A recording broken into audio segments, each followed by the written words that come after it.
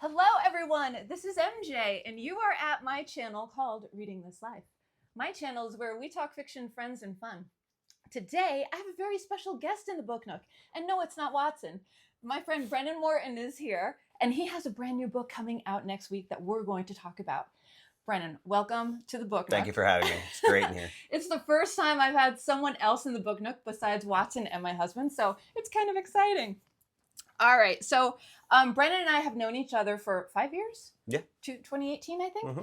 And he also was my CrossFit coach. So things happen for a reason, and our books cross paths with my booktube and his writing of a book. And here we are. So we have a lot to share with you. We're going to go through some Q&A. If you've watched my previous series with authors, it's basically the same thing, just to get to know Brennan a little bit. And then we're going to dive into his book. All right. Are you ready, Brennan? Yep. All right. So tell me, what inspired you to become a writer? So I think for me, I grew up in the mountains of New Hampshire in the White Mountains. And we grew up poor. My mom was a teacher, school teacher, actually. She became a reading specialist, ironically. And my dad was a logger. So we were, just poor, getting along. But the one thing I do remember most of all growing up is my parents' bedside stands were just stacked with books. I mean, like this tall every time. And reading was really, really pushed in my family. Not in a bad way, but like both my parents read every night before bed. When me and my brother were young, we would read in my mom's bed with her. She would read us a story every night. So every night we would get together, we'd read in bed, and then we'd go to bed. Sometimes I remember specifically we read Bridge to Terabithia as a family, and we bawled as a family. Like that book scarred me as a small child. But I saw the power of reading, and I saw the power of books. And so it was one of those things that like I kind of saw on a daily basis, and we were encouraged to read. We were encouraged to write. My mom, again, this is a school teacher, like even when in the summertime, I had to keep a journal just for my mom. It wasn't for school, it was just for my mom. And I could do whatever I wanted in it. And I actually kept doing a journal all the way up through college, all the way through the Marine Corps. And I just found a few of those. Yeah, so I've kept a journal almost all of my life. And not like a normal journal where it's like, hey, today I did this, but I did like a writing journal, like with poems and all this weird stuff in there. Just like, hey, thought idea. Do this, something like that. So I kind of always have been writing in that sense.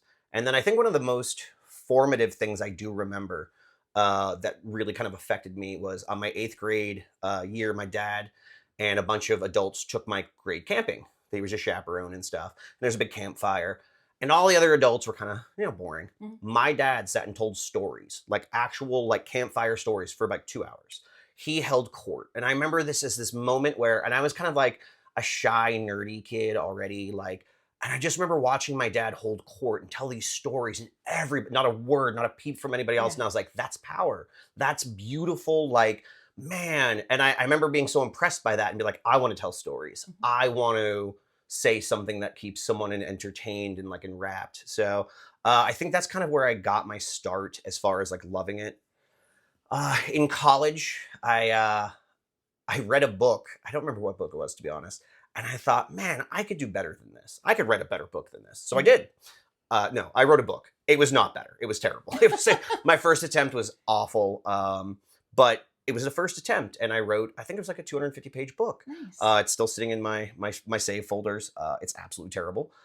But I was like, I could try again and do better. So I've probably written about 4 full-size novels before I ever thought about, oh, this is good. Yeah. It was just like practice and practice. I wrote probably 30, 40 short stories. I wasn't an English major. That was not my major in college. I majored in business and communications. But I did take a creative writing class and I really liked it, but it wasn't like the thing I was thinking about. I was like, oh, I need to start a business. I need to do all these other things. Right. But I always loved writing. So I just kept writing, kept notes. Journaled everything. And so kind of that was the basis for, I knew I wanted to do it someday, like a retirement thing maybe, when I was 70 and I was looking back on my life, but it never really occurred to me that at some point I was going to be a writer. I wanted to be, but it was never like in the cards as I thought. Like, I started a business, I did a family thing, and I just wrote on the side. It was like a side hustle for me. I love that. Wow, that's awesome. Okay. Take us through your writing process. I would say there's 2 different writing processes. I'll tell you about the bad one first. The one that got Valhalla Boys written. And actually the one that got Company of Bones written, the first book of Pendulum series. They were not in, I would say, good times. They were more like, stressful. I started Valhalla Boys as an exercise from my therapist. I started to go to the VA for therapy once a week because my PTSD was getting super bad. And so he had me write a story, to try to get it over. So I had to write the story over and over and over. And if you read the book, it's called, I think The Night Told 100 Times or something like that. I forgot the title is. But so I wrote that about 100 times over and over and over and over. And then I was like, man, I have some other stories. So there's a few other instances. And then they start to grow and I started to just kind of keep writing. But they weren't like, I would say, under good, normal things. They were usually like 2 a.m, crying, just like a mess, and just kind of like pounding on the keys. And unfortunately, the way the Pendulum series started was almost the same way. So the Pendulum series, as we get into it, the Company of Bones, is, I would say, a sequel to Valhalla Boys, which sounds weird because one's nonfiction. But if you read the nonfiction first and then you caveat into the Pendulum series, you're going to notice like the lead character's me. Like the lead character is exactly what I was going through. And why I even started this book is COVID shut the gym down for 4 months. Right. So for 4 months, I didn't know the future of my business.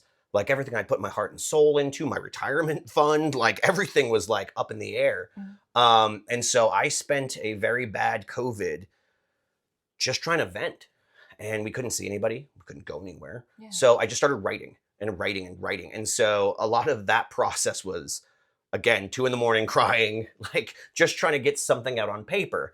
And for people who read the first book of The Company of Bones, that's why Dread Falls is kind of cry. Like he cries a lot.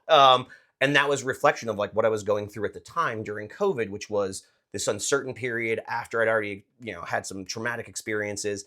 And PTSD really kind of, I would say, comes out in times of stress. Like if everything's going well, you feel fine. Right. And it's when things start getting uncertain and things start getting like, a little scary.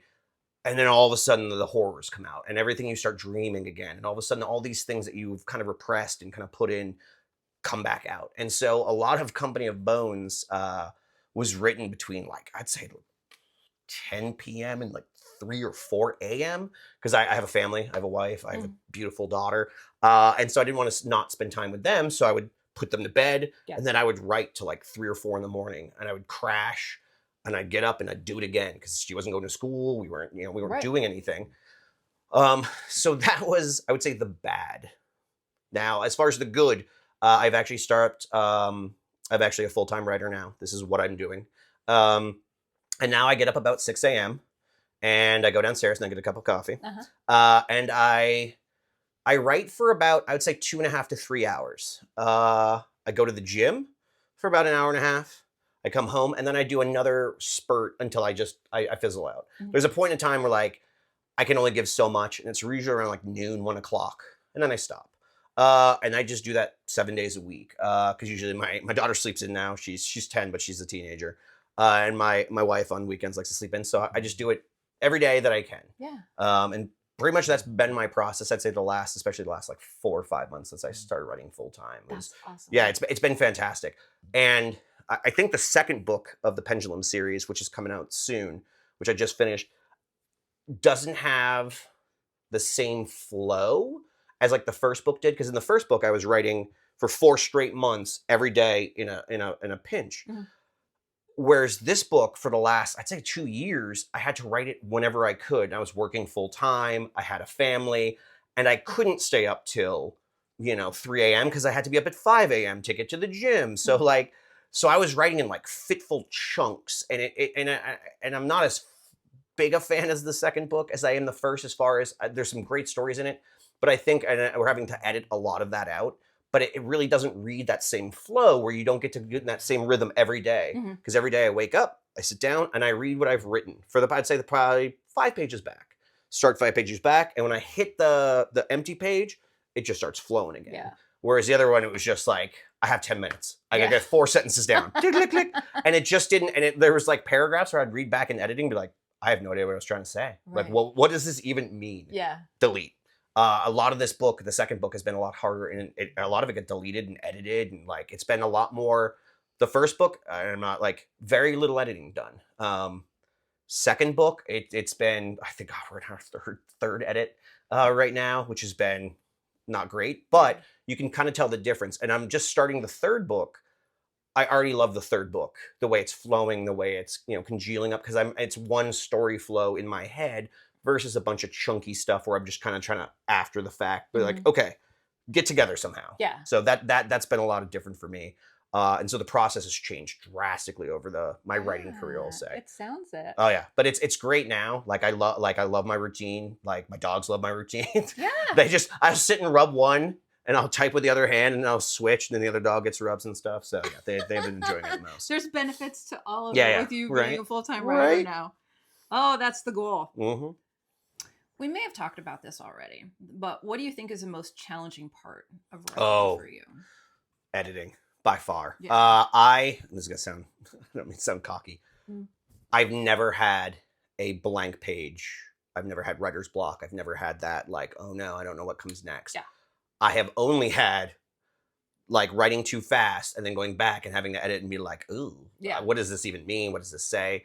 So for me, a lot of the challenge, like I love writing. Writing is just, I feel like it's something that comes naturally to me as far as like sitting down to the page. I love it.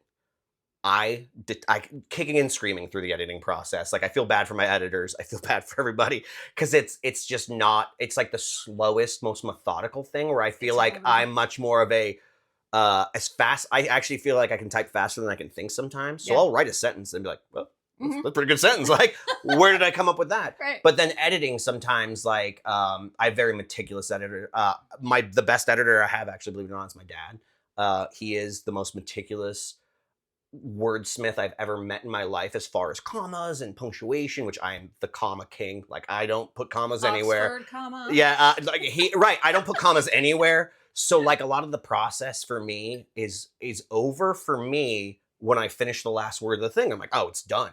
Beautiful. And then my dad will come in and be like, this is terrible. Like this, what the hell does this mean? Like, I'm like, oh, now I have to go back and do it again. Yeah. It's almost like having to like rewrite a paper for like a term paper. Where you're like, oh, I'm so proud of it. And like, no, not good. You're like, all right. So for me, it's definitely the editing process. Like I just finishing up the editing for the second book because I'm already thinking about the third book the whole time. And I just want to be playing over here and not working over here. So for me, it's definitely the editing process every day. I will say this, like I was really happy. It was kind of cool. With Valhalla Boys, I had three different editors and a senior editor. And the way they did it is they had my manuscript. They would like get into the comments, but they would like argue and talk in the comments. So it was like being passed around. So when I got this manuscript, it was like them asking each other questions about things. And like, it was just wild. Like, and then to see, and I guess that's why, like, especially I wanted like to get the Company Bones professionally edited because like, man, once you see professional editors at work and not just on like the commas and stuff, but just on like thoughts and like, you can make this tighter, this can be better. And this can like, and then watching them argue with other people of that caliber, I was just like, wow, I don't know how to write. Like, I'm not a good writer. Like I can come up with ideas, but they are good writers. Like it was so incredibly like humbling and also so amazing that they were trying to help me at the same time. It was amazing. It was the coolest. I would say the coolest experience of my life to date was watching my book get edited kind of almost without me, like just like happening. And then they're like, do you like this change? I was like, yeah, sure. Great. Yeah. And then, cause there was a lot of them that they would change and then be like, hey, how do you feel about this? I was like, you have carte blanche. You do whatever you want, man, because whatever you're doing is looking good. Right. So I have to credit a lot of Valhalla Boys to the editing staff because man, they made that thing tight and beautiful. Where I had made it, you know, I think some good stories, but the editing they did was unbelievable. Awesome. Yeah, it was very cool. That's so good. I had one of those mind-blowing moments like a year ago. So I was complaining about how I could write a story in like 20 minutes, but then it takes me 3 hours to edit it. And somebody is like, editing is writing. And I'm like, oh, I see. and you can say that to the cow comes home, but my God, it's just not fun. It's not. No, it's not. Right. It feels like, because I think good writing for a lot of people feels like an adventure. Yeah. Like you're on this, like, you don't even kind of know where it's going sometimes, and it just happens. Right. And then you go back to editing, you already know what happens, and now you have to go back and like relive things, and you're like, oh, yeah, leftovers, cool. Like, and you're doing the meat and potatoes job. It's not your dream job anymore. Now it's the grind of writing, which is just, it's just it's not as sexy. It's not. It's like it's definitely harder. It's definitely not sexy. No, it's not. Oh God. Can you share any tips for people out there that are aspiring writers or people that want to get into writing?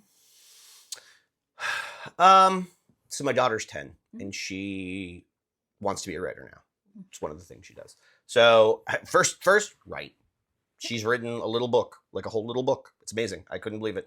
And I was like, great. Now write another one. Now write another one. Now write another one. She's like, well, isn't this one good? I was like, yeah, it's good enough. But like, you just got to keep writing. You have to get into the habit of writing. Yes. I think one of the things that really helped me out is a random wild story, but I was working at a amusement water park when I was in high school, and I was not a good student in high school. Like I didn't care. I didn't want it. Nothing really excited me. I was like, I'd just do enough to get by. And I met this guy who, like I liked English class, but like they always take that book and slow it down and ask you a lot of questions about each book. And then like, it's not reading. It's like, oh, did you understand? It's like, do I have to answer 1,000 questions on this one story? So he was like, hey, I have a stack of books for you. And it was a huge stack, but it was like Catcher in the Rye, Catch 22. And it was all these classics. He's like, I want you to go back and reread these. And I'm not going to ask you any questions about it. I was like, cool. He's like, if you want to talk about it, we'll talk about it when you come back. So I read them all in the summer. And I went back and we actually had some great discussions. But we didn't really have to talk about them at length. It was just like, how'd you like this one? What was the style that you liked? And so for me, a lot of it was like the understanding that like, until you're reading a whole lot of books of different genres and different everything like that, like, I think it's hard to understand how you are going to write and how you're gonna flow. I remember when I was in college, I kept it up and I actually bought out the entire Barnes & Noble classic collection because they're like $1. So I read all of them, every classic there was. Some of them were terrible. like Faulkner, yeah, he's a great writer, I'm sure. I was not for me. Like it was just very like, so, but I read them and I was like, okay, what is my style? And at the same time, I was still writing a lot. So I would say, like, and again, my daughter, 10-year-old, I'd give the same advice: read a lot and write a lot. Like, don't stop. Don't write because you think you're going to get published. Write because you love it. Write a story because you want to hear the story. And that's where I think a lot of people get off is they think too much.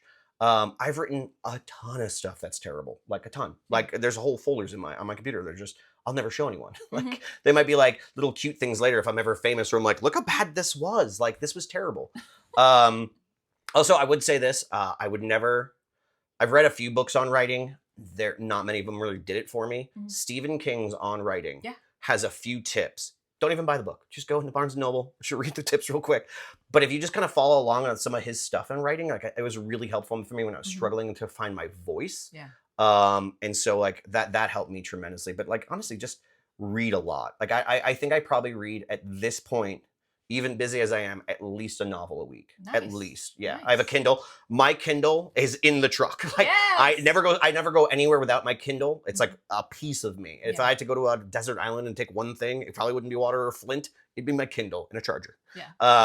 Because that to me is like almost the most important part. So while I'm writing, I'm still reading something else, and preferably not in the same genre. Something so far-fetched out here that like it won't bleed in, because I always worry about like, will I start stealing stuff? So like subconsciously or something. But no, I just think for most people, just reading and writing for funsies, like for just going out and just starting. Right, and a lot of famous writers say writers need to be readers. Yeah. You need to read, you need to write.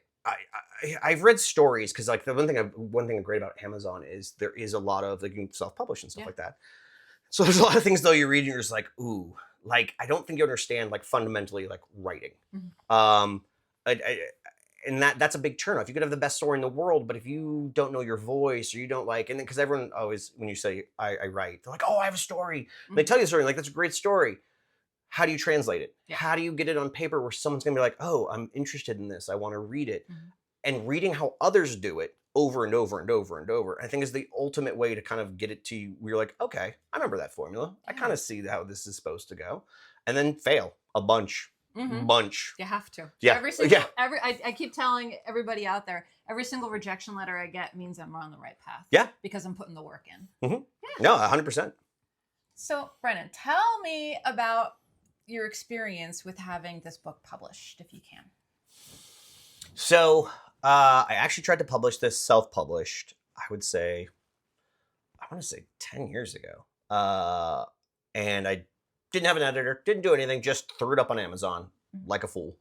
So Valhalla Boys you put up on Amazon? Yes, okay. It was under a different name, and it was a different book. Okay. So Valhalla Boys, as you see it today, is not the same book that I posted. It was, some of the core stories were the same, like the bad stories of when we got hit and stuff like that. But a lot of the side stories were totally different. But I just kind of put it up there. It was a thought. It was just when Amazon was getting their like self-publishing thing. And I was like, this is a good story. Like, you know, I'm a good writer. And I put it up. And the hate and discontent that instantly came back was unbelievable. Oh my God. And for me, this was such a personal story. It was hard to divorce myself. Like, Company of Bones is great, but it's a fiction story. Right. You don't like it? Okay, cool. You may not like fantasy, whatever.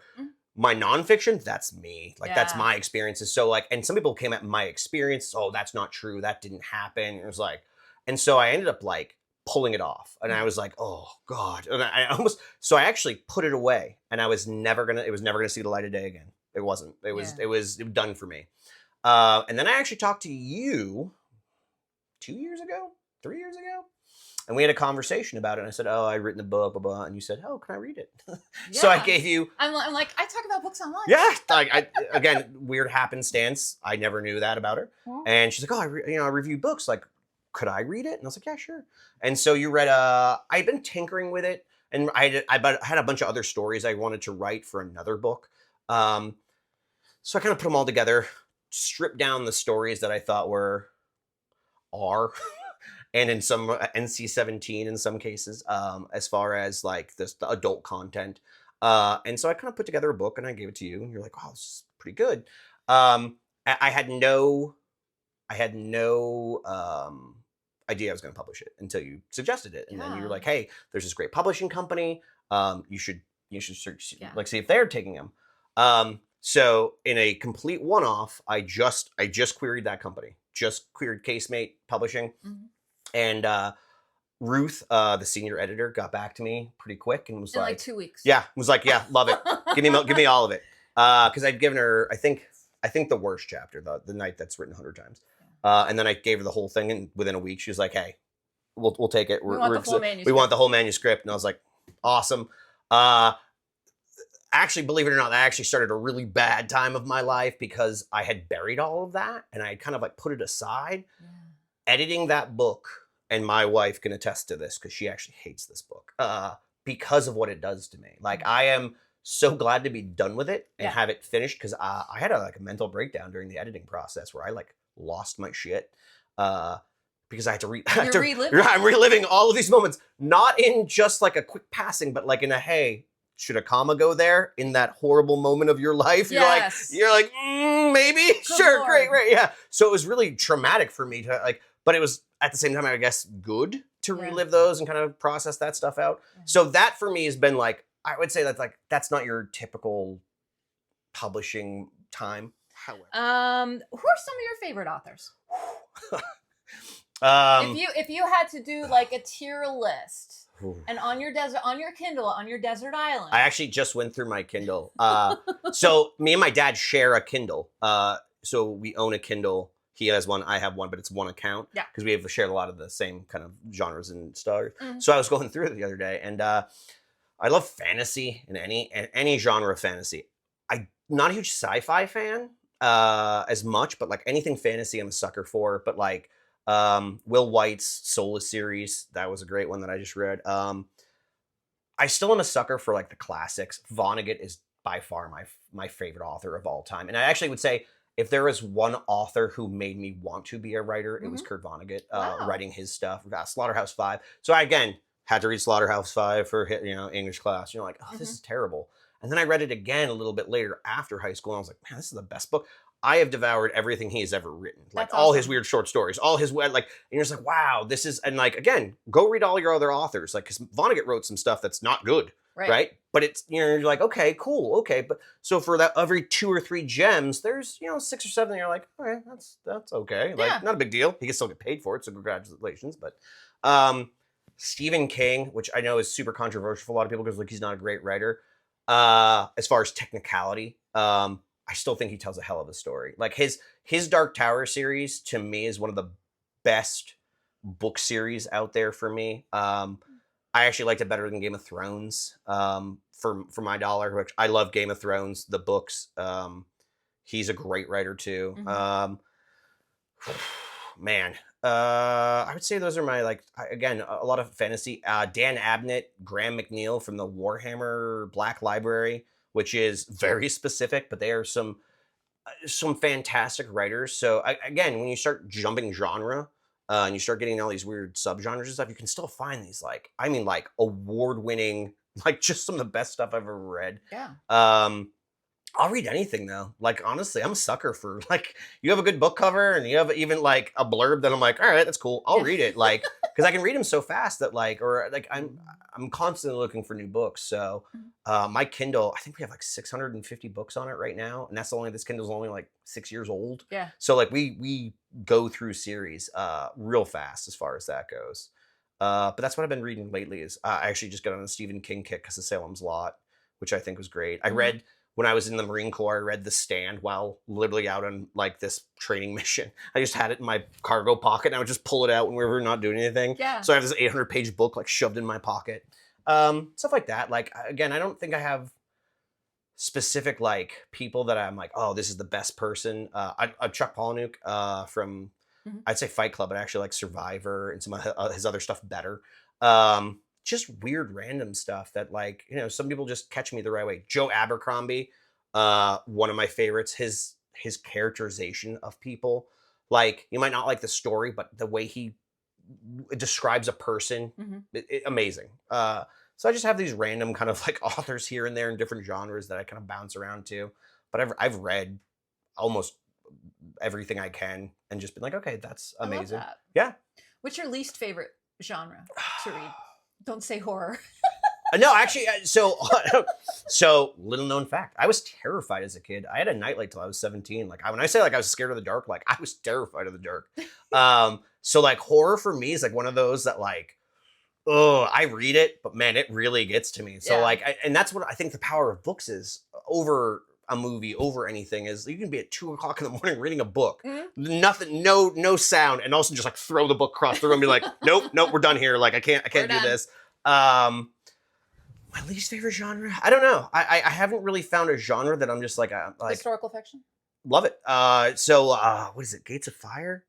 There was one about, I remember the Spartans at Thermopylae that I love. So like, no, I think it's just finding the stuff that speaks to you as far as per genre.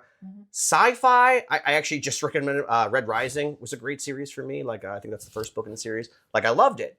But for the most part, I'm not a sci-fi fan. But like, there's always books in each category that are like, I'm not a romance person. Romantasy? Yeah. Romantasy? Yeah, it doesn't do it for me. Like, I don't know if it's like, I just don't care. Like, I gotta have, and so in my own writing, I gotta have a lot of action and things and like, you know, things happening. And then if there's romance, like organically, great.